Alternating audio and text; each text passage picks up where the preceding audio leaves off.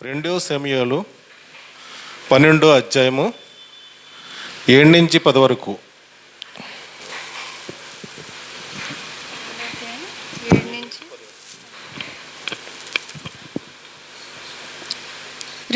ఇది చాలదని నీవు అనుకొని ఎడల నేను మరి ఎక్కువగా నీకు ఇచ్చియుందును.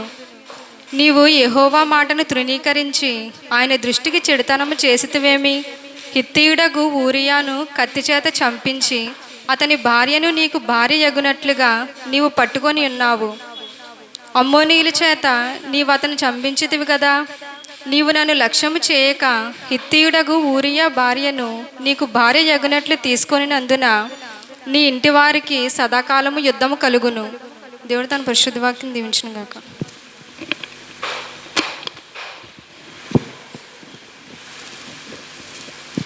రోమా 9 అధ్యాయము 14 నుంచి 18 వరకు ఆశకు వచ్చి చదవస్తుందిగా కూర్చున్నాను.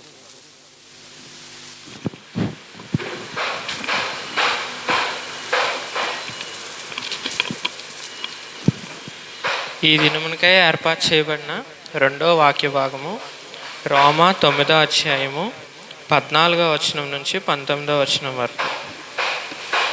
కాబట్టి ఏమందును, దేవుని యందు అన్యాయం కలదా? అట్లనరాదు. అందుకు మోషేతో ఇలాగు చెప్పుచున్నాడు, ఎవరిని కరుణింతునో వారిని కరుణింతును, ఎవని ఎడల జాలి చూపుదునో వాని ఎడల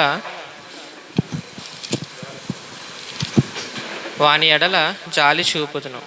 కాగా పొందగోరు వాని వలనైనను ప్రయాసపడు వాని వలనైనను కాదు, కానీ కరుణించు దేవుని వలనే అగును.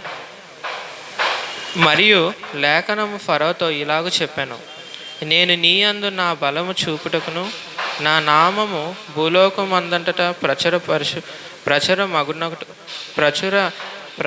మగుటకును అందు నిమిత్తమే నిన్ను నియమించితిని. కావున ఆయన ఎవరిని కనికరింపగోరునో వారిని కనికరించును, ఎవరిని కనికరపరచగోరునో వారిని కఠినపరచును. దేవుని తన పరిశుద్ధ వాక్యం దీవించునుగా.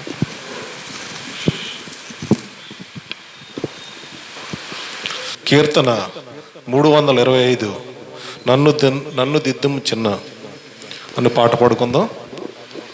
కీర్తన 325.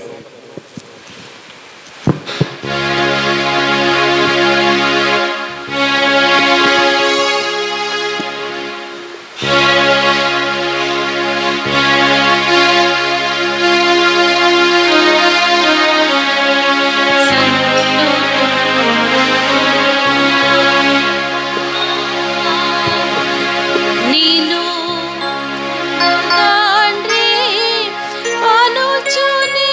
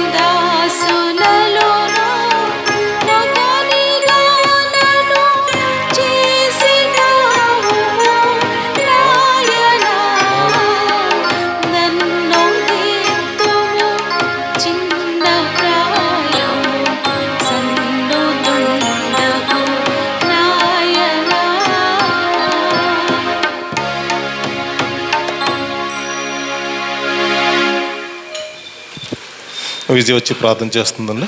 Thank you.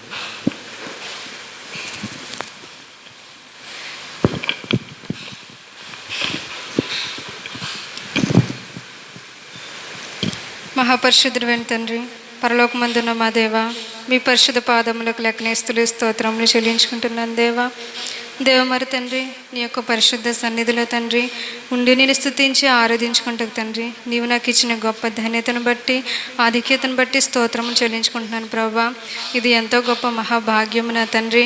ఇంత గొప్ప తండ్రి భాగ్యాన్ని నీవు నాకు ఇచ్చినందుకే వందనములు చెల్లించుకుంటున్నాను ప్రభువా. మరి ఇప్పుడు జరగబోయే ఆరాధన అంతట్లో కూడా తండ్రి మీరే మాకు తోడై ఉండి నడిపించమాడొచ్చున్నాను తండ్రి. రావాల్సిన వారందరిని కూడా తండ్రి సకాలంలో నడిపించమాడొచ్చున్నాను ప్రభువా. మరి ఇప్పుడు నీ దైవజనుని తండ్రి వాక్యాన్ని తండ్రి చెప్పనై ఉంటుండగా తండ్రి దేవా, నీవే తోడుగా ఉండి తండ్రి నీవే మాతో మాట్లాడమని అడుగుచున్నాను ప్రభువా. దేవా తండ్రి, నీ యొక్క పరిశుద్ధాత్మ చేత నింపి దేవా నడిపించమని అడుగుచున్నాను ప్రభువా. ప్రతి ఒక్కరితో కూడా తండ్రి మీరు మాట్లాడమని అడుగుచున్నాను ప్రభువా. ప్రతి ఒక్క హృదయాన్ని కూడా తండ్రి నీవు గ్రహించమని అడుగుచున్నాను ప్రభువా. మారు మనసు పొంది తండ్రి నీ యొక్క సన్నిధిలో మేము ఉండుటకు సహాయం చేయమని దేవ, ఇప్పుడు జరిగిపోయి యొక్క ఆరాధనంతట్లో మీరే తోడై ఉండి నడిపించమని దేవ, నేను చేసిన ప్రార్థన తప్పులుంటే దయచేసి క్షమించమని ఈ చిన్ని ప్రార్థన క్రీస్తు అడిగి వేడుకొంచున్నాను తండ్రి. ఆమేన్. ప్రత్యేకమైన కీర్తన పాస్టర్ అమ్మ గారు పాడవలసిందిగా కూర్చున్నాండి.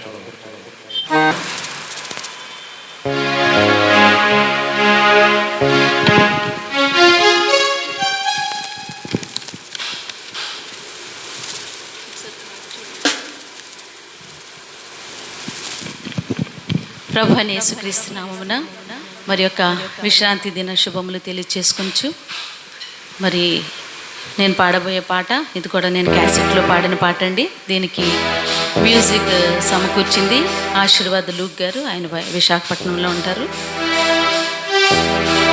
ఇప్పుడు పాడబోయే పాట చేరుమా క్రీస్తుని. అంటే హృదయం అనేది తలుపు యొద్ద దేవాది దేవుడు వచ్చి ఎప్పటికప్పుడు తడుతూ ఉంటాడు, కానీ మనం తీయడానికి ఆలస్యం చేస్తాం.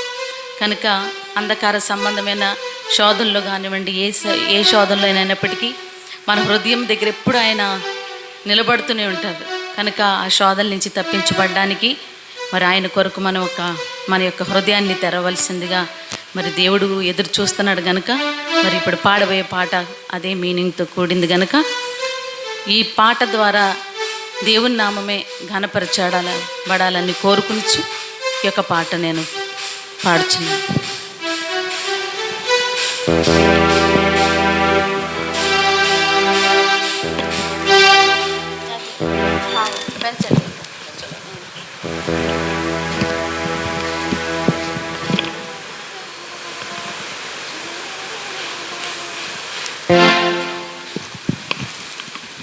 Praise the Lord.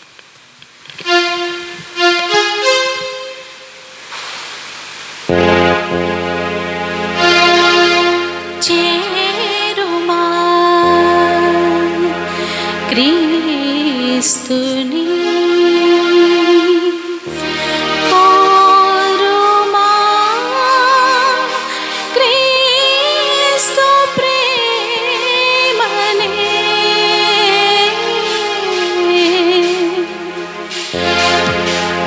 చేరుమా క్రీస్తుని, కోరుమా క్రీస్తు ప్రేమనే,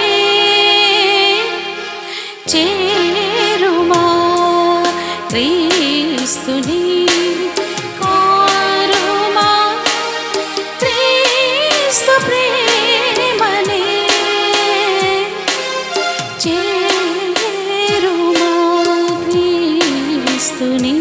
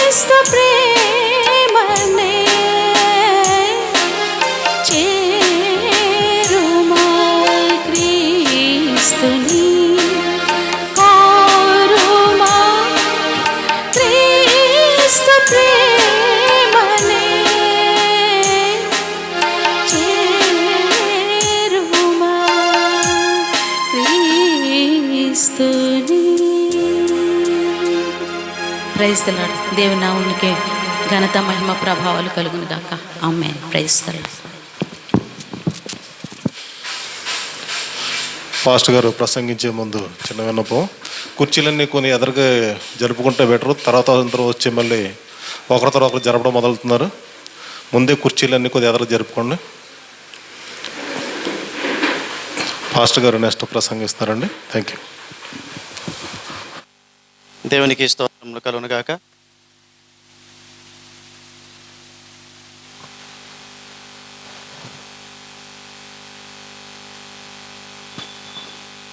ప్రభునందు ప్రియ దేవుని బిడ్డలారా, మీ అందరికి కూడా నా యొక్క నిండు వందనములు, ఈ ఉదయకాల శుభాలు తెలియజేస్తున్నానండి. మరి చక్కగా ఆరాధన నడిపించినటువంటి సహోదరులు విజయ్ కుమార్ గారిని బట్టి ప్రభుని స్తుతిస్తూ, అయినప్పటికీ కూడా మరి గత వారం ప్రకటన చేయడం జరిగింది 8:30కి మనకు ఆరాధన ప్రారంభమవుతుందని.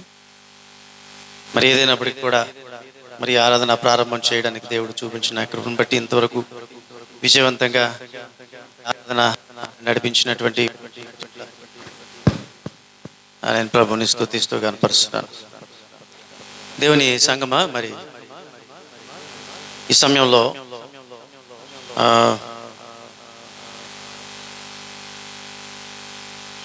వాక్యము అందించాలని నేను ఆశపడుతున్నాను. ఈరోజు ఒక టాపిక్ మీద అనగా మనకందరికీ సుపరిచితమైనటువంటి ఒక టాపిక్ మీద నేను ఈ రోజున వాక్యమును మీకు అందించాలని ఆశపడుతున్నాను. ఇంటిగ్రిటీ అనేటువంటి ఒక మాట మీద నేను ప్రసంగించాలని ఆశపడుతున్నాను. ఇంటిగ్రిటీ అంటే యథార్థత లేదా నమ్మకత్వం లేదా సమగ్రత ఇత్యాది అర్థాలు వచ్చేటువంటి ఇంటిగ్రిటీ అనేటువంటి మాట. ఈరోజు మన కుటుంబాల్లో ఇది అత్యంత అవసరమై ఉంటున్నది, యథార్థత. మనం పనిచేసేటువంటి పని స్థలాల్లో అవసరమైనటువంటిది ఇంటిగ్రిటీ. మన సంఘాల్లో అవసరమైనటువంటిది ఇంటిగ్రిటీ. ఈరోజు ప్రతి రంగంలో కూడా ఈ యథార్థత అనేటువంటిది చాలా ప్రాముఖ్యమైనటువంటిది. యథార్థంగా ఉన్న కారణం చేత అనేకమైనటువంటి కంపెనీలు ఈ రోజున వర్ధిల్లుతున్నటువంటి సందర్భాలను మనం చూస్తాం. యథార్థంగా ఉన్నటువంటి కారణం చేత కుటుంబాలు వర్ధిల్లుతున్నాయి, యథార్థంగా ఉన్నటువంటి కారణం చేత సంఘాలు వర్ధిల్లుతున్నాయి, యథార్థత ఉన్న కారణం చేత సంస్థలు వర్ధిల్లుతున్నాయి. అదే యథార్థత లోపించినటువంటి కారణం చేత కుటుంబాలు పాడవుతున్నాయి, సంఘాలు పాడవుతున్నాయి, సంస్థలు పాడవుతున్నాయి, కంపెనీలు పాడవుతున్నాయి. ఈ రీతిగా మనం చూసుకున్నప్పుడు యథార్థత అనేటువంటి మాటకి బైబిల్ చాలా పెద్ద పీటే వేసిందని చెప్పాలి. ముఖ్యంగా ఈ యథార్థత అనేటువంటి ఈ మాట తిరిగించబడినటువంటి ఈ మాట మనకి పాత నిబంధన గ్రంథంలో ఎక్కువ కనబడుతుంది. క్రొత్త నిబంధనలో దీనికి పర్యాయ పదాలు ఉపయోగించినప్పటికీ కూడా మనకి కీర్తనల గ్రంథంలో, మరి ప్రాముఖ్యంగా యెషయా గ్రంథంలో, ప్రవక్తల గ్రంథాల్లో, ఈ కావ్య గ్రంథాల్లో ఈ మాట ఎక్కువగా కనబడుతుంది. ఇది చాలా ప్రాముఖ్యమైనటువంటి విషయము. ఇది చాలా ప్రాముఖ్యమైన విషయము. మన జీవితంలో మనం ఒక స్థానానికి రావాలన్నా బహుశా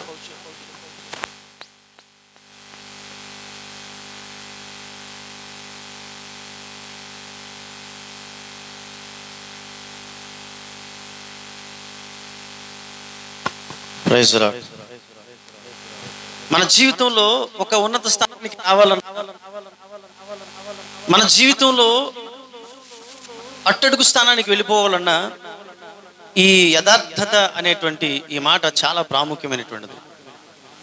దేవాది దేవుడు ఇశ్రాయేలు ప్రజలకి వాళ్ళు సీనాయి ప్రాంతాన్ని, కనాను ప్రాంతానికి వెళ్ళేటువంటి ఆ యొక్క సందర్భంలో మోషే ద్వారా పలుకుతాడు.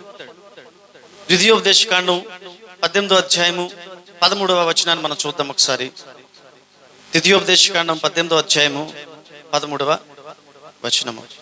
నీవు నీ దేవుడైన యెహోవా ఎదుట యథార్థపరుడు అయిండుము.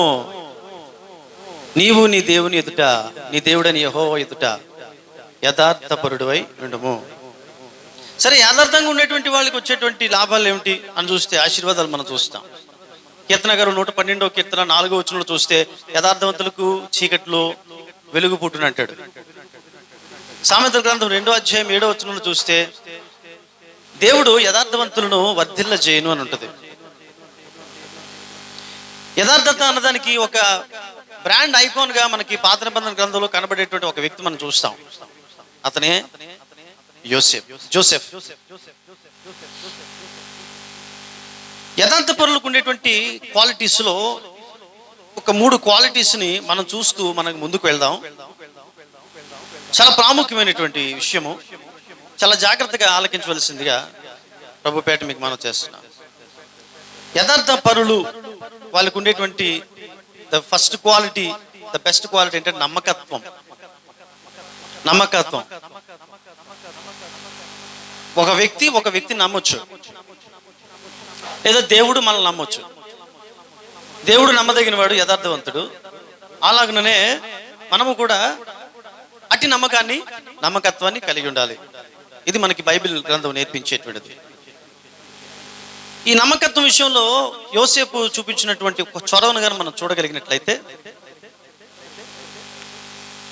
మనకందరికీ బాగా తెలిసినటువంటి విషయమే. ఆయన ఐగుప్తు ప్రాంతానికి యోసేపు అమ్మబడినప్పుడు పోతీఫరు తనను చేర్చుకుంటాడు, తన ఇంటి అంతటి మీద కూడా అధికారిగా నియమిస్తాడు. సో ఇతను కూడా చాలా నమ్మకంగా ఉంటాడు. సమస్తం అప్పగించినటువంటి పోతీఫర్ పట్ల చాలా నమ్మకమైనటువంటి పనివాడిగా ఉంటాడు. అతని నమ్మకత్వాన్ని ఒక సందర్భంలో ఒమ్ముపరిచేటువంటి పరిస్థితులు ఒకసారి వస్తాయి. అది మనకు బాగా తెలిసినటువంటి విషయమే. పోతీఫర్ భార్య ఇతనిని ఆశపడినటువంటి సందర్భం మనం చూస్తాం. ఆ సందర్భంలో అతను దేవునికి భయపడి ఎటువంటి పాప కార్యము చేయకుండా ఉన్నటువంటి సందర్భాన్ని మనము చూస్తాం. సో నమ్మకత్వానికి ఒక ప్రతీకగా యోసేపు ఉన్నాడు. దేవుడు యథార్థంగా ఉండాలని మన పట్ల కోరుతూ ఆయనకి ఏం ఆశపడుతున్నాడంటే నమ్మకత్వం కలిగి ఉండాలి. ఎక్కడైనా సరే చిన్న జీతంకి ఉద్యోగంలో చేరిన ఆ చిన్న ఉద్యోగంలో చాలా నమ్మకంగా ఉండాలి. మనం ఎక్కడ పని చేసినప్పటికి కూడా మనం మర్చిపోకూడనటువంటి విషయం ఏమిటంటే we are the representatives of God అనేటువంటి విషయం మర్చిపోకూడదు. మనము దేవుని ప్రతినిధులం. ఎక్కడికి వెళ్ళినా నమ్మకత్వాన్ని మనము కలిగి ఉండాలి. రెండవదిగా చూస్తే 112వ కీర్తన 4వ వచనాల్లో మనం చూసినట్లయితే కీర్తనకారుడు చెప్పేటువంటి మాట మనం చూస్తాం. 112వ కీర్తన 4వ వచనం. ఫాస్ట్ గా తీయండి అమ్మా దయచేసి. 112:4. యథార్థవంతులకు చీకటిలో వెలుగు కలుగును. తర్వాత అమ్మా వాళ్ళకు ఉండేటువంటి ఒక క్వాలిటీ ఉంది ఏమిటంటే కటాక్షం గలవారు, వాత్సల్యత గలవారు. చాలమ్మా, కటాక్షం అనేటువంటి ఈ మాట సర్వసాధారణంగా ఒక దేవునికి ఆపాదించబడేటువంటి మాట. ఇది దేవుడు మన పట్ల కటాక్షం చూపించాలంట. అంటే ఇది ఒక విధమైనటువంటి గ్రేస్ అన్నమాట. గ్రేస్ అంటే ఒక వ్యక్తికి అర్హత లేకపోయినప్పుడు కూడా ఆ వ్యక్తి పట్ల ప్రేమ చూపించడం, ఆ వ్యక్తిని క్షమించడం గ్రేస్ అంటే. కటాక్షం కూడా అంతే. యథార్థంగా ఉన్నటువంటి ఒక క్వాలిటీ ఏమిటంటే ఇతర వ్యక్తుల పట్ల గ్రేస్ చూపిస్తారు. ఆ వ్యక్తి క్షమించబడడానికి అర్హత ఉన్నప్పటికీ కూడా లేనప్పటికీ కూడా ఆ వ్యక్తి ఒక మేలు పొందుకోదగిన వాడు అయినప్పటికీ కానప్పటికీ ఆ వ్యక్తికి మేలు చేయడం అనేటువంటిదే కటాక్షము చూపుట. యథార్థ పరులంట వారు కటాక్షము కలిగినటువంటి వారు అని వాక్యము సెలవిస్తూ ఉంది. ఈ యథార్థవంతులు అనేటువంటి మాటకి ఇంగ్లీష్ బైబిల్లో మనం చూస్తే చాలా సందర్భాల్లో ఏమైనా ఉంటుందంటే దోస్ హూ వాక్ బ్లేమ్లెస్లీ అని. యథార్థ పరులు ఇంగ్లీష్ బైబిల్ ప్రకారం మనం చూసినట్లయితే దానికి అర్థం ఏంటంటే నిందారహితులు. కీర్తనకారుడు 84వ కీర్తన 11వ వచనంలో అంటాడు, యథార్థవంతులకు ఆయన ఏ మేలును చేయక మానరని చెప్తూ ముందేమంటాడండి అక్కడ, యెహోవా కృపయు ఘనతయు అనుగ్రహించును, యథార్థంగా ప్రవర్తించే వారికి ఏ మేలును చేయక మానడు. రైట్, యథార్థంగా ప్రవర్తించే వారికి ఆయన ఏ మేలును చేయక మానడు. No good things does he withhold from those who walk blamelessly అని ఇంగ్లీష్ బైబిల్లో ఉంది. అంటే ఎవరైతే నిందారహితులుగా నడుస్తారో వాళ్ళ విషయంలో దేవుడు ఏ ఆశీర్వాదాన్ని కూడా ఆయన బిగించడం అర్థం. అక్కడ తెలుగులో యథార్థ పనులు అంటున్నాము, ఇంగ్లీష్ బైబిల్ ఏంటంటే వాకింగ్ బ్లేమ్లెస్ అంటే నిందారహితులుగా ఉండుట. ఒక వ్యక్తి తన మంచి వ్యక్తిత్వాన్ని మనం దేన్ని బట్టి ఒక వ్యక్తిని మనం బేరీజ్ వేయగలుగుతామంటే ఆ వ్యక్తి మంచివారా ఆ వ్యక్తి చెడ్డవారా అనేది ఆ వ్యక్తి ఇతర వ్యక్తుల పట్ల చూపించేటువంటి వాత్సల్యత లేదా ప్రేమ, జాలి, దీన్ని బట్టి ఆ వ్యక్తి ఎటువంటి వారు మనం బేరీజ్ వేయగలుగుతాం. యోసేపుని మనం చూసినప్పుడు అతని జీవితంలో ఒక విషయాన్ని మనం చూస్తాం. యోసేపు తన అన్నదమ్ములను క్షమించినటువంటి విధానం మనం చూస్తాం. తర్వాత నాకు చాలా కాలం అర్థం కాని విషయం ఏమిటంటే, యోసేపు మంత్రి అయ్యాడు కదా, మంత్రి అవ్వక ముందు చాలా ఇబ్బందులు పడ్డాడు. ఆ ఇబ్బందులకు గురి చేసినటువంటి ఒక వ్యక్తి ఉన్నారు, ఎవరు? పోతీఫర్ భార్య. యోసేపు మీద నింద అలాగే ఉంది. అయితే ఆయన పైకి వచ్చాడు. ఇప్పుడు చేయాల్సిందేంటి? ఎవరైతే తన మీద నింద వేయించారో, ఎవరైతే నింద కారణం చేత జైల్లో పెట్టించారో ఆ వ్యక్తి మీద పగ తీర్చుకోవాలి. కానీ అక్కడెక్కడ కూడా అతను పగ తీర్చుకుంటున్నటువంటి సందర్భం ఎక్కడ మనం చూడం. వాత్సల్యత గలవాడు. ఆ వ్యక్తిని ఇంకొక మంచి గుణం ఏమిటో తెలుసండి యోసేపులో ఉన్న గుణం? పోతీఫర్ భార్య ఈ రీతిగా నా దగ్గర నా యొద్ద ప్రవర్తించింది అని ఆమెను ఎక్కడ కూడా బయట పెట్టలేదు. తర్వాత తన అన్నదమ్ములు వచ్చినప్పుడు ఈ అన్నదమ్ములు నన్ను ఎలా బాధించారు ఒకానొక సందర్భంలో అని అన్నదమ్ముల విషయం చెప్పలేదు. అతనికి ఉన్నటువంటి మంచి క్వాలిటీ, యథార్థపరులకు ఉండేటువంటి మంచి క్వాలిటీ అది. ఇతరుల యొక్క వ్యక్తుల యొక్క దోషాలు, పొరపాట్లని దాచేటువంటి మనస్తత్వం కలిగేటువంటి వారు యథార్థవంతులుగా మన యోసేపు ద్వారా మనము చూస్తున్నాం. నమ్మకత్వం కలిగి ఉంటారు. తర్వాత వారు కటాక్షము కలిగి ఉంటారు. మూడో విషయం ఏమిటంటే దే వెయిట్ అపాన్ గాడ్, అంటే దేవుని కోసం వారు ఎదురు చూసేటువంటి మనస్తత్వం కలిగి ఉంటారు. ఇప్పుడు గమనించండి, యోసేపు ఎక్కడ కూడా నేను నిందారహితుడిని అని అతను ఎక్కడ కూడా ప్రూవ్ చేసుకునే ప్రయత్నం చేయలేదు. మీరు గమనించలేదు, నేను నిందారహితుడిని అని ప్రూవ్ చేసుకోవడానికి ఎక్కడ కూడా అతను ప్రయత్నం చేయలేదు.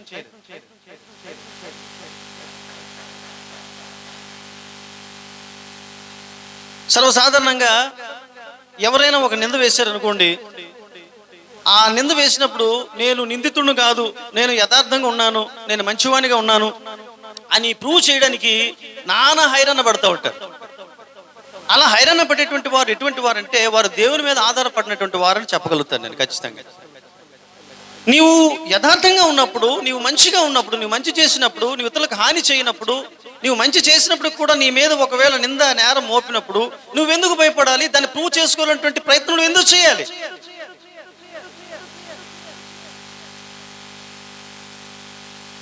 యోసేపు ఆ ప్రయత్నం చేయలేదు. లోగడ గుమ్మడికాయ దొంగ అంటే భుజాలు తడుముకునేటువంటి సందర్భాన్ని మనం చూస్తాం. అదేంట్రా అని ఆలోచన చేస్తే ఇది ఒక చిన్న స్టోరీ. ఒక వ్యక్తి ఈ గుమ్మడికాయలు దొంగిలిస్తూ ఉండేవాడట. ఈ ఆసామి ఏమో రాజుగారికి కంప్లైంట్ చేశాడు. రాజుగారు అడిగారు, బాబు నీకు ఎవరి మీద అనుమానం ఉందా అని అడిగాడంట. నీకెవరి మీద అయితే అనుమానం ఉందో వాళ్ళందరినీ తీసుకొచ్చి నిలబెట్టని చెప్పాడండి. అనుమానం ఉన్న వాళ్ళందరికీ కూడా నిలబెట్టాడంట. రాజుగారికి ఏం చేయాలో అర్థం కాలేదు. రాజుగారు ఓ ప్లాన్ వేసి, ఎంత గుమ్మడికాయలు తీసుకెళ్ళిపోతే మాత్రం మరీ ఆకులు వేసుకుని తిరగాల అని అన్నాడట రాజుగారు. అంతలో ఈ నిలబడిన అందరిలోని ఒకడు దులుపుకున్నాడంట. అక్కడ ఆకు లేదేమీ లేదు, ఈడే దొంగ అని చెప్పాడు రాజు. అలాగా ప్రియమైన వాళ్ళారా, మనం ఒక మంచి చేసినప్పుడు, మనం ఒక చెడు చేయనప్పుడు ఆ మంచిని మనము ప్రూవ్ చేసుకోవాల్సిన అవసరం లేదు. Because God will prove what we are and who we are and what kind of persons we are. మనము ప్రూవ్ చేసుకోవాల్సిన పని లేదు. యోసేపు జీవితాన్ని అక్కడ చూసినప్పుడు యోసేపు ఎక్కడ కూడా తను నిందారహితుణ్ణి, నన్ను నమ్మండి, నేను మంచోడిని, నేనేమి చేయలేదు, ఆమె నా ఎద్దుకు వచ్చింది, ఇది అడిగింది, ఇటువంటి మాటలు ఏవి అన్నట్టు కూడా చెప్పలేదు అతను.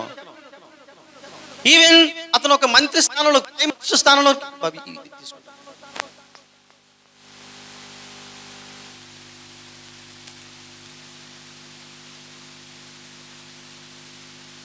ప్రైజ్ లార్డ్, హల్లెలూయా. ఈవెన్ ప్రైమ్ మినిస్టర్ స్థానంలోనికి వచ్చినప్పుడు కూడా ఎప్పుడు కూడా తను నిందారహితుడిని అని ప్రూవ్ చేసుకునేటువంటి ప్రయత్నము ఎప్పుడు కూడా చేయలేదు. కాబట్టి ప్రియమైన దేవుని బిడ్డలారా, సో దేవుని మీద ఆధారపడేటువంటి వారు యథార్థపరులు. మనం చూసాం, 1 నమ్మకత్వం, 2 కటాక్షం, 3 దేవుని మీద ఆధారపడినటువంటి సందర్భం. మనము ప్రూవ్ చేసుకోవాల్సిన అవసరం లేదు, దేవుడు ప్రూవ్ చేస్తాడు. మీరు ఇందాక మనం చదివాం కదా, 2 సమూయేలు గ్రంథంలో మనం చదివినటువంటి సందర్భంలో దావీదుని గురించి మనకు తెలుసు. బత్షెబతో ఒక పాపం చేశాడు, ఊరియా భార్యగా ఉండినటువంటి బత్షెబతో పాపం చేశాడని మనం చూసాం కదా. సర్వసాధారణంగా దావీదు మీద మనం ఫోకస్ ఉంటుంది. దావీదు పాపం చేశాడు, దేవుని యొక్క ఫోకస్ కూడా దావీదు మీద ఉన్నట్లుగా మనకు కనబడుతుంది. ప్రవక్త అయినటువంటి నాతాను యొక్క ఫోకస్ కూడా దావీదు మీద ఉన్నట్టే కనబడుతుంది. దావీదు పాపం చేశాడు, సరే ఆ తలుపులేసేయండి అమ్మకు దయచేసి.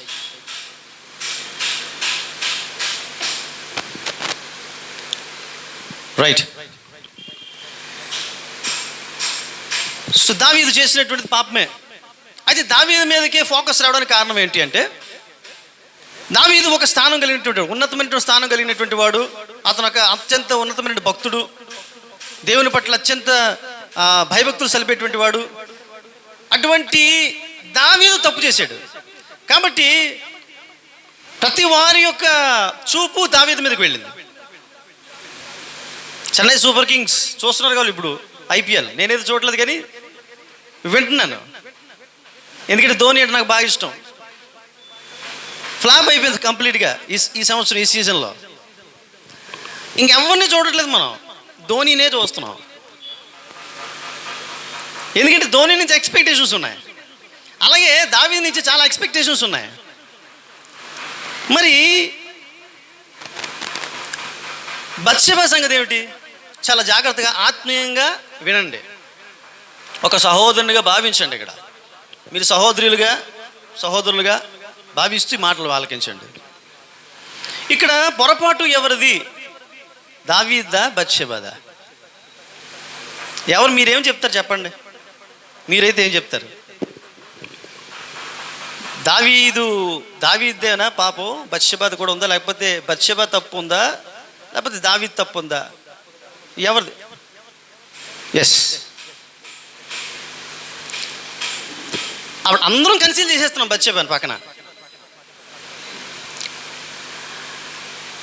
యాక్చువల్గా తన భర్త చాలా యథార్థపరుడు. బత్షెబని ఏదో విధంగా చూశాడు ఆయన, బత్షెబతో సాంగత్యం చేశాడు ఆయన. చేసేటువంటి క్రమంలో అక్కడ బత్షెబ యొక్క రాంగ్ ఉంది అని మనం ఎలా చెప్పగలుగుతామంటే, రాజా నా భర్త నీ కొరకు, రాజ్యము కొరకు, దేవుని కొరకు, మా కొరకు, అందరి కొరకు సేవ కోసం అతను యుద్ధానికి వెళ్ళాడు. ఆయన అటువంటి సేవా తత్పరత కలిగినటువంటి ఒక మంచి వ్యక్తికి ఈ రీతిగా అన్యాయం చేయడం నాకు తగదు, నీకు తగదు, ఇటువంటిది కూడదు అని ఆమె అక్కడ వారించినట్లు కనబడదు. అక్కడ కూడా అమ్నోను అనేటువంటి దావీదు యొక్క కుమారుడు తనకు స్వయంగా చెల్లెలు వరస అయినటువంటి తామారు విషయంలో ఒక పొరపాటు చేయాలనుకుంటే, అన్నా ఇది నీకు తగదన్నా, ఇటువంటి కలంకము దేవునికి తీసుకురాకు, రాజుకు తీసుకురాకు, రాజ్యానికి తీసుకురాకు అని ఆమె అక్కడ అనినటువంటి సందర్భం మనకి ఈ యొక్క గ్రంథంలో, రాజుల గ్రంథంలో మనం చూస్తాం. కానీ ఇక్కడ బత్షెబ ఎక్కడ కూడా ఆ రీతిగా చెప్పినట్లుగా కనబడదు. అయితే దట్ వాజ్ కన్సీల్డ్. అక్కడ దొరికింది ఎవర్రా అంటే దావీదే. ప్రియ దేవుని బిడ్డలారా, బట్ గాడ్ ప్రూవ్డ్, దేవుడు ప్రూవ్ చేశాడు. నీవు నేను యథార్థంగా ఉంటే మన యథార్థతను దేవుడు ప్రూవ్ చేస్తాడు. నీవు నేను యథార్థను కోల్పోతే మనం కోల్పోయినటువంటి నమ్మకత్వాన్ని, కోల్పోయినటువంటి సందర్భాన్ని కూడా దేవుడు జ్ఞాపకం చేస్తాడు. అది ఎలాగంటే, దావీదుకు బత్షెబకు పుట్టినటువంటి బిడ్డను దేవుడు తీసేసుకున్నాడు. అఫ్ కోర్స్ ఇలాంటి సందర్భాలు జరిగినప్పుడు ఏదో పాపం జరిగినప్పుడే కాదు, యోబుకు కూడా బిడ్డలను తీసేశాడు. కానీ యోబు నీతిమంతుడు. ఒక విషయం గమనించాలి. ఈ సందర్భం మాత్రమే మనం పరిగణలో తీసుకుందాం. యోబు సందర్భాన్ని మనం చూసినప్పుడు యోబుకు శ్రమలు వచ్చాయి. ఆ శ్రమలు వచ్చే క్రమంలో బిడ్డలను తీసుకెళ్ళిపోయాడు దేవుడు. అది ఒక సందర్భం. ఇక్కడ యథార్థత లేకపోతే వచ్చేటువంటి నష్టం ఏంటి? ఒకవేళ దేవుడు దావీదునే శిక్షించాలి, దావీదే పొరపాటు అనుకుంటే, దావీదుకి ఏ కాలో పడిపెట్టేట్టు చేయగలడు, రాజ్యాన్ని తీసేయగలడు. కానీ ఇక్కడ చాలా జాగ్రత్తగా ఆలకించండి. ఎందుకు ఈ మాటలు చెప్తున్నానంటే, మనము భవిష్యత్తులో ఎంత జాగ్రత్తగా ఉండాలి అని నేర్చుకోవడం కోసం, నేర్పడం కోసం ఈ మాటలు చెప్తున్నాను. చాలా జాగ్రత్తగా గమనించండి. కానీ దేవుడు దావీదుని శిక్షించాడు, బత్షెబాను శిక్షించాడు. గమనించారు ప్రియమైన. He proved that Bathsheba committed a sin. భర్త చనిపోయిన తర్వాత దావీదు గారు ఆమె వచ్చేయమనగానే ఈవిడ గారు వచ్చేసారు మళ్ళా. ఎంత కాన్స్పిరసీ అండి! అందుకే ఎంత భయంకరమైన పాపమో అంతగా పశ్చాత్తాపడ్డాడు దావీదు. దావీదు చేసినటువంటి పాపం ఎంత భయంకరమైనదో ఆయన పడినటువంటి పశ్చాత్తాపాన్ని చూస్తే తెలుస్తుంది. కానీ బత్షెబను గురించి ప్రత్యేకంగా అక్కడ ప్రస్తావించకపోయినప్పుడు కూడా ఆమె యథార్థతను కోల్పోయింది. భర్త యథార్థవంతుడు, భార్య పట్ల యథార్థవంతుడు, రాజ్యం పట్ల యథార్థవంతుడు, రాజు పట్ల యథార్థవంతుడు, సైన్యం పట్ల యథార్థవంతుడు. కానీ అంత యథార్థవంతుడికి భార్యగా ఉన్నటువంటి బత్షెబ మాత్రం యథార్థత లేదు. దానికి దేవుడు ప్రూవ్ చేశాడు. కాబట్టి ఈ రోజున ఈ విషయం ద్వారా గమనించాల్సిన విషయం ఏమిటి అంటే, మనం ఏ రంగంలోనైనా, ఏ విషయంలోనైనా యథార్థతను కోల్పోతే దేవుడు ప్రూవ్ చేస్తాడు. యథార్థత కలిగి ఉంటే ఆ దేవుడే ప్రూవ్ చేస్తాడు. యథార్థతను కోల్పోతే ఆ దేవుడే ప్రూవ్ చేస్తాడు. You just last your integrity.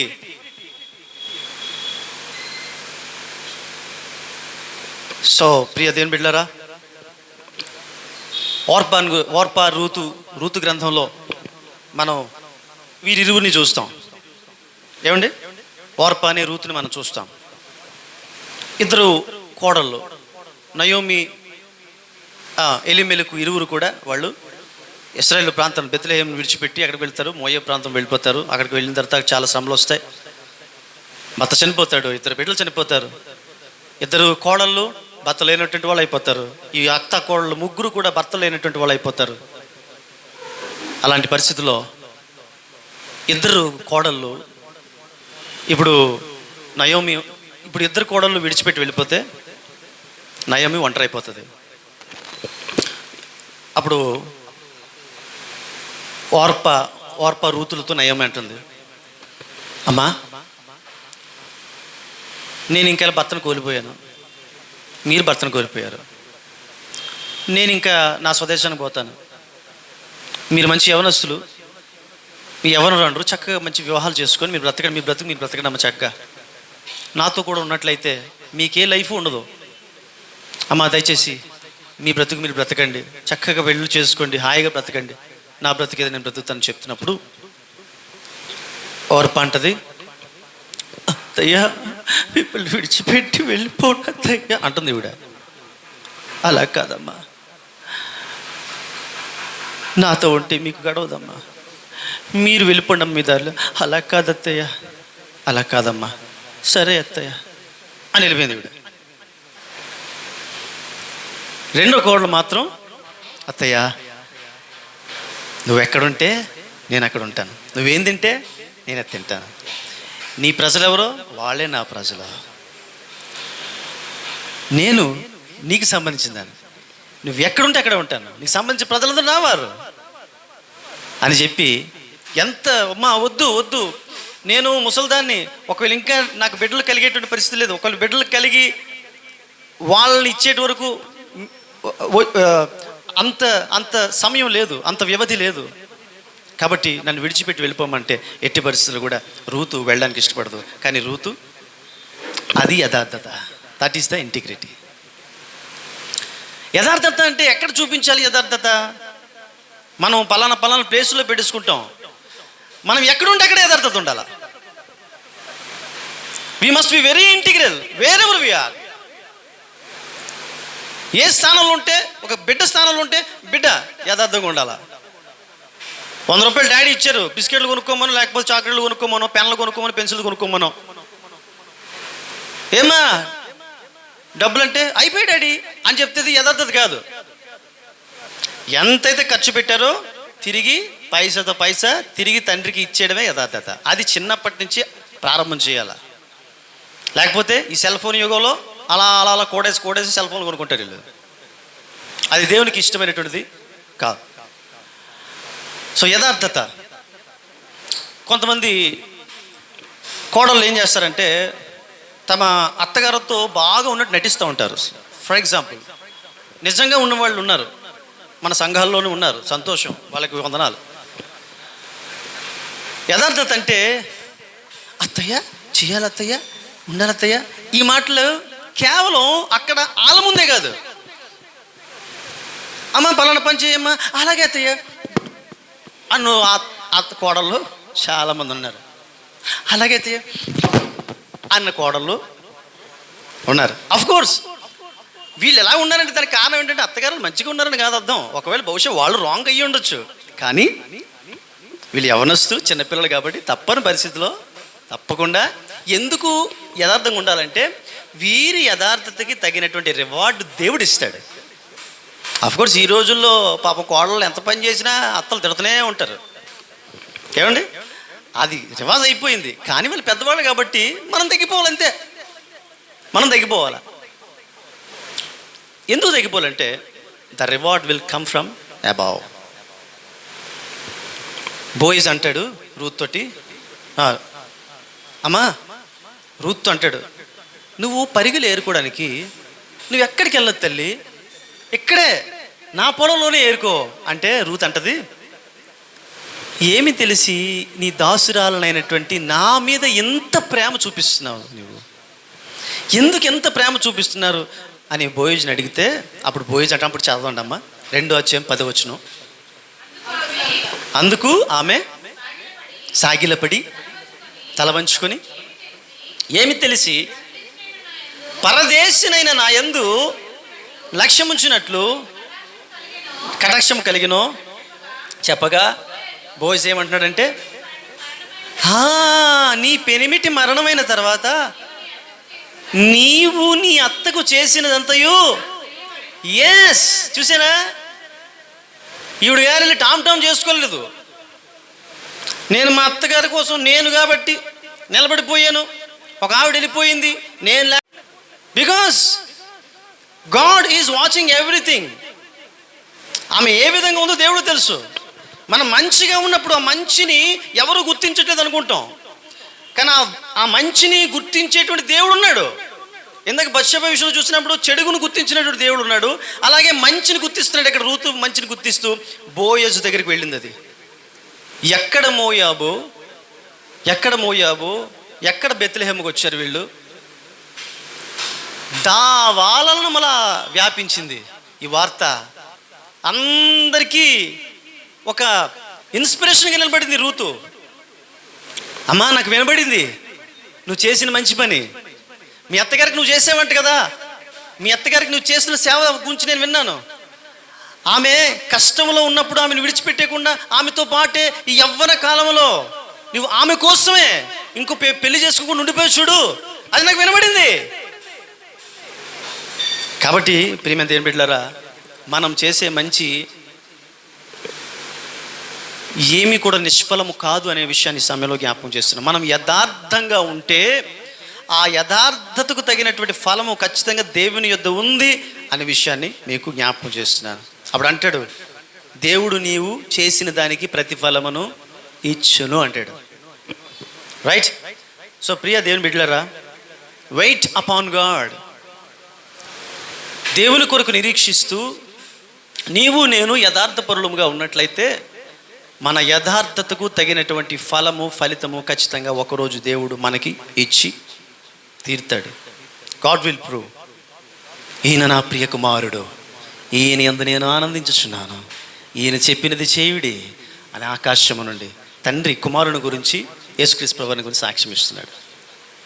Mother Teresa చచ్చిపోయినప్పుడు ఆమె ఆ సమాధి చేసినంత వరకు కూడా వెళ్ళేంత దూరం వరకు కూడా ఒక పావురం వెంటాడుతుందట. ఆ పావురాన్ని బట్టి అన్యజనులందరూ కూడా నిజంగా ఆవిడ దేవుని భక్తురాలు. ఎస్, దేవుడు గణపరుస్తాడు. ప్రియమైన దేవుని బిడ్డలారా, సాల్వేషన్ ఆర్మీ విలియం బూత్ గారు ఆయన చనిపోయిన తర్వాత ఒక ఆమె, అందరు కూడా జనం ఉన్నారు, ఒక ఆమె దూర ప్రాంతం నుంచి వచ్చింది. ఒక బిడ్డని ఎత్తుకొని దూర ప్రాంతం మైలు నడుచుకొని వచ్చి అందరిని తోసుకుంటూ వెళ్తుంది. అమ్మా ఆగమ్మా, మేము కూడా ఆయన చూడడానికి వచ్చామా అంటే, బాబు నేను చూడాలి బాబు విలియం బూత్ గారిని అంటే, మేము చూడడానికి వచ్చామమ్మా, కానీ చాలా దూరం ఉంది, చాలామంది జనం ఉన్నారు, నువ్వు చూడడానికి అవకాశం అవుతుందంటే, ఎందుకు చూడడానికి అవ్వదు నాకు?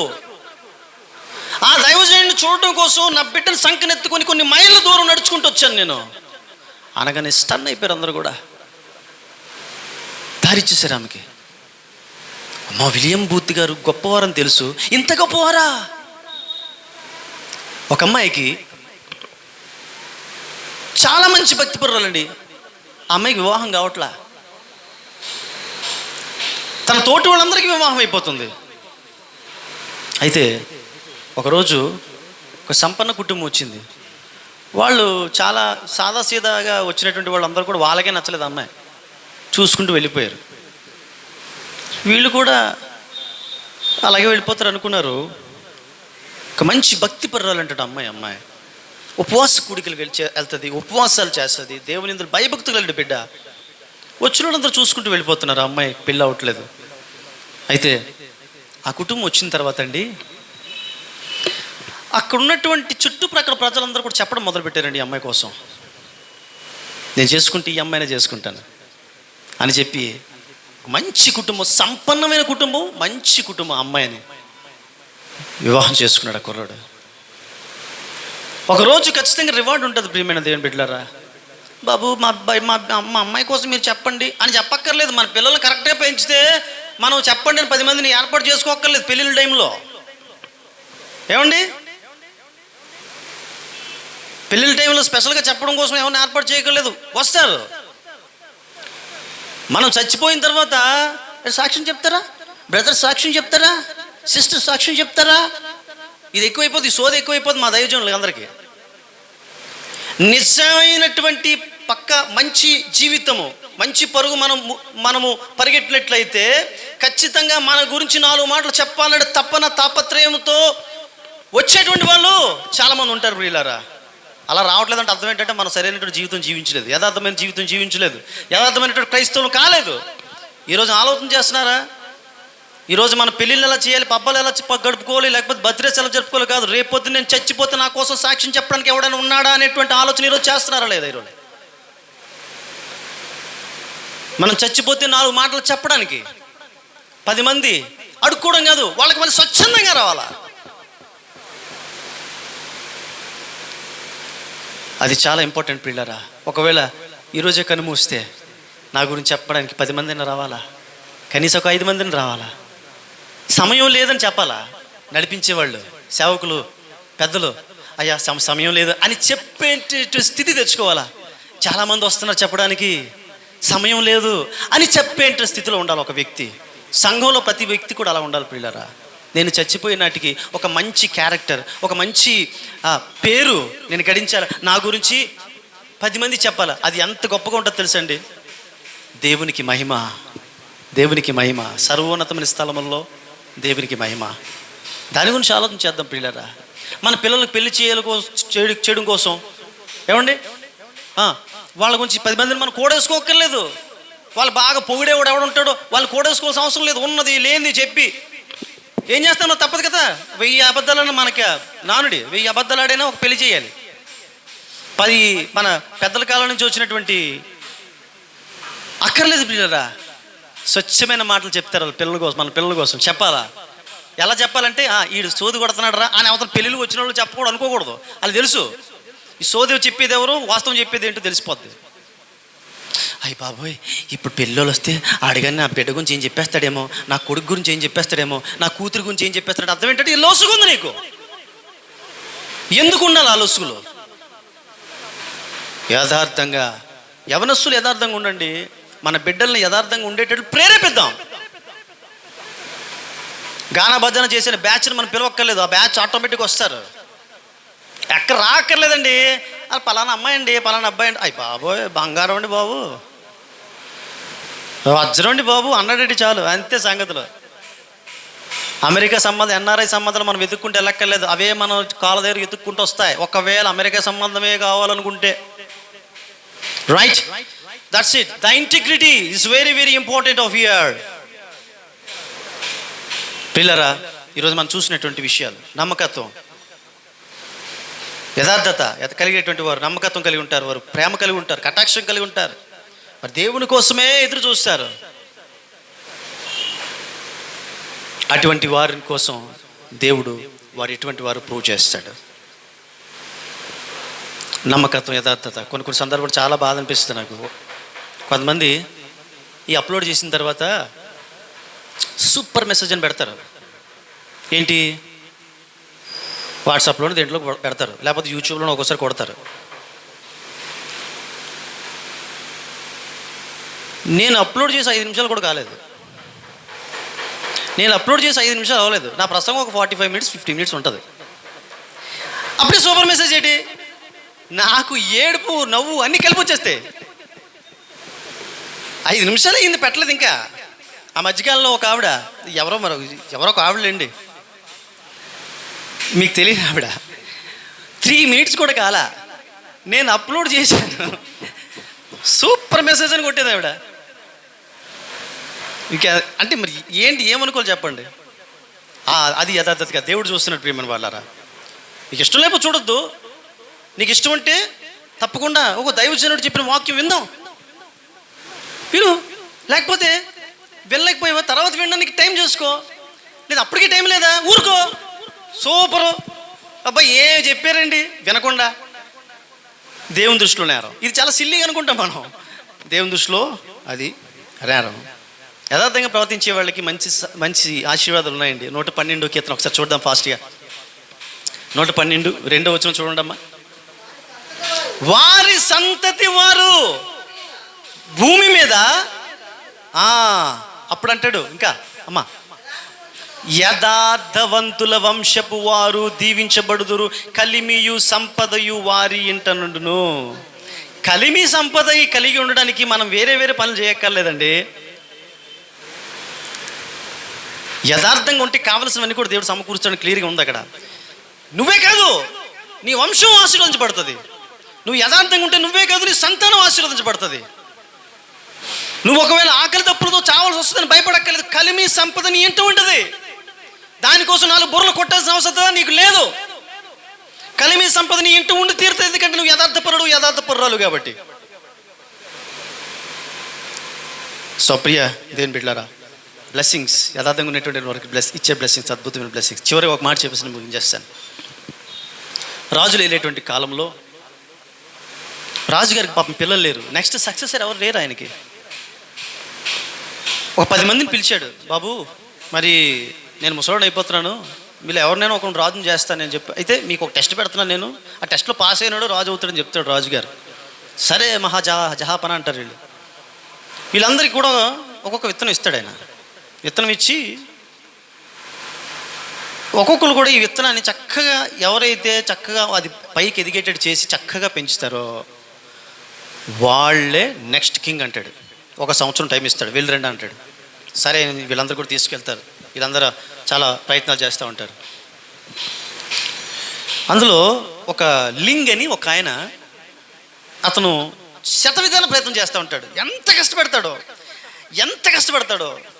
వాళ్ళ అమ్మతో చెప్పి బాధపడదు. అమ్మా నా విత్తనం మొలకెత్తట్లేదమ్మా, నాకు అర్హత లేదమ్మా, నాకు యోగ్యత లేదమ్మా అని చెప్పి చాలా బాధపడతాడు. అప్పుడు అంటది అమ్మా, నాయనా నీ కష్టం నువ్వు పడ్డావు, నువ్వు ఎంత ప్రయత్నించాలో అంత ప్రయత్నం చేస్తున్నావు, చెయ్యి, అయితే ఏంది లేదు నాయన.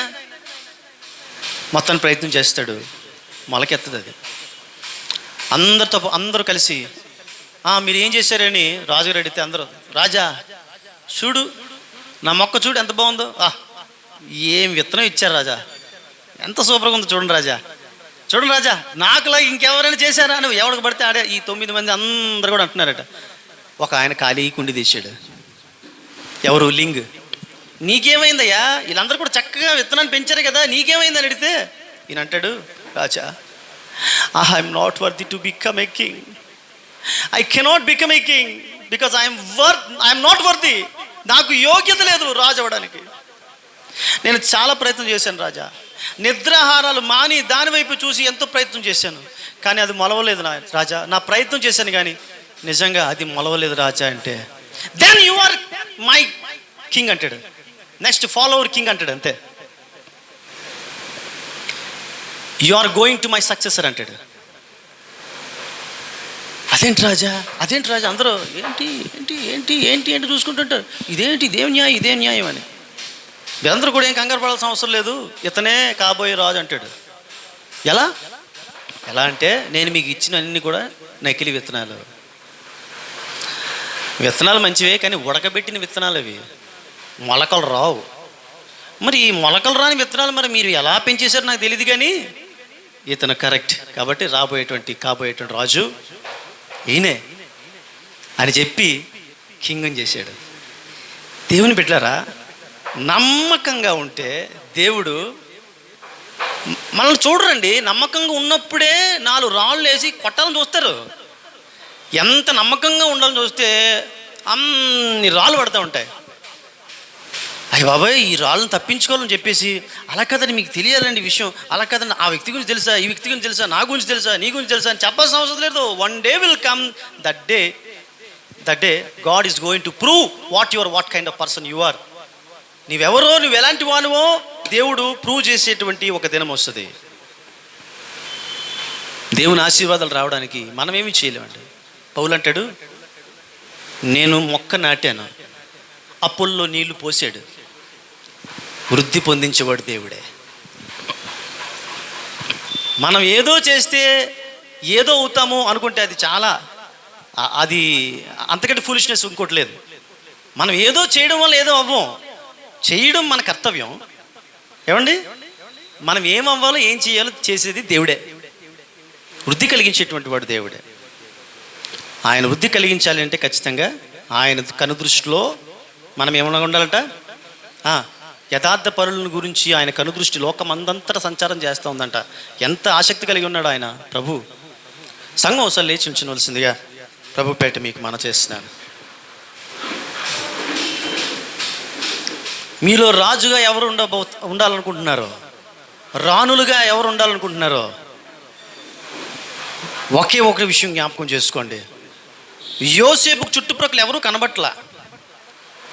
నిందించిన వాళ్ళు ఉన్నారు, కష్టపెట్టిన వాళ్ళు ఉన్నారు, బాధలు పెట్టిన వాళ్ళు ఉన్నారు, చెరసాల్లో పెట్టినటువంటి వారు ఉన్నారు, చెరసాల్లో తోయించినటువంటి వాళ్ళు ఉన్నారు, నిందలు వేసినటువంటి వారు ఉన్నారు. వారు ఎవరిని పట్టించుకోవట్లేదు అతను. దానికి ఒకే ఒక బలమైన కారణం ఉంది. మనం ఎన్ని పాయింట్లు చెప్పుకొని ఒకే ఒక బలమైన కారణం, నేను యథార్థ పరుడినైతే నన్ను చూస్తున్న దేవుడు నన్ను ఖచ్చితంగా హెచ్చిస్తాడు, నాకు తప్పక న్యాయం తీరుస్తాడు అనేటువంటి ఒక పరిపూర్ణమైన నమ్మకం కలిగి ఉన్నాడు. కాబట్టి ఆ నమ్మకమే అతన్ని అంత ఉన్నతమైన స్థానంలో నిలబెట్టింది. దేవునికి మన పట్ల ఆ నమ్మకం కలిగి ఉండాలంటే మనం నమ్మకత్వాన్ని పెంపొందింప చేసుకోవాలి, యథార్థపరులంగా ఉండాలి. ఇంటిలోనే స్టార్ట్ చేద్దాం ప్రియులారా, యథార్థంగా ఉండడం ఇంటి నుంచే స్టార్ట్ చేద్దాం. భర్త భార్య పట్ల యథార్థంగా ఉండాలి, భార్య భర్త పట్ల యథార్థంగా ఉండాలి, బిడ్డలు తల్లిదండ్రుల పట్ల యథార్థంగా ఉండాలి, తల్లిదండ్రులు బిడ్డల పట్ల యథార్థంగా ఉండాలి, స్నేహితుల పట్ల స్నేహితులు యథార్థంగా ఉండాలి, ఉద్యోగం పట్ల ఉద్యోగస్తులు యథార్థంగా ఉండాలి, బాస్ పట్ల అండర్ పనిచేసేటువంటి వ్యక్తి యథార్థంగా ఉండాలి, అత్త పట్ల కోడలు యథార్థంగా ఉండాలి, కోడల పట్ల అత్తగారు కూడా యథార్థంగా ఉండాలా. ఆ కుటుంబాలు ఆశీర్వదించబడతాయి. యథార్థపు వంశపు వారు దీవించబడదురు. కలిమియు సంపదయు వారి ఇంట ఉండను, వారి సంతతి భూమిని స్వాతంత్రించుకుంటుంది. ప్రార్థన చేద్దాం. సర్వశక్తిమంతుడ, ప్రేమగల మా తండ్రి, నేను స్తుతిస్తున్నాం నాయన, నేను గణపరుస్తున్నాం ప్రభువా. మాకు ఇచ్చిన ఈ దివ్యమైనటువంటి అవకాశం బట్టి నీకు వందనాలు తండ్రి. నాయన, యథార్థంగా ప్రవర్తించే వారికి ఆయన ఏ మేలు చేయక మానడు అంటున్నాడు 84 కీర్తన 11వ వచనంలో. ఇంటిగ్రిటీ చాలా ప్రాముఖ్యమైనటువంటిది నాయన. మాకు ఏది శాశ్వతం కాదు, కానీ మా యథార్థత మాకు శాశ్వతమైనటువంటిది. ఎంత అమూల్యమైనదైనా నువ్వు ఇవ్వడానికి సిద్ధవస్తుడిగా ఉన్నావు, కానీ మేము ఎంత యథార్థపరులంగా ఉంటామో అంత అమూల్యమైనటువంటి బహుమానాలు మేము పొందుకుంటామనేటువంటి విషయాన్ని మేము జ్ఞాపకం చేసుకుంటున్నాం ప్రభువా. తండ్రి, ఒకవేళ మాలో ఏ విషయంలోనైనా యథార్థత అనేటువంటిది లోపించిందేమో తండ్రి, ఈ రోజున ఈ విషయాన్ని నీవు మాట్లాడుతున్నామని మేము భావిస్తుంటున్నాము. నా తండ్రి నాన్న, నేను యథార్థవంతుని కాకపోతే అది నాకు శ్రమ, నేను యథార్థవంతుని కాకపోతే అది నా కుటుంబానికి శ్రమ. అందుకే తండ్రి, మేము యథార్థవంతులంగా ఉండడానికి మాకు శక్తినివ్వండి, బలమునివ్వండి, ఆత్మీయమైనటువంటి జ్ఞానం నిమ్మని వేడుకుంటున్నాము స్వామి. యథార్థవంతుడు నిర్భయంగా ఉంటాడని కూడా సామెతల గ్రంథంలో తెలియజేస్తున్నాడు ప్రభా.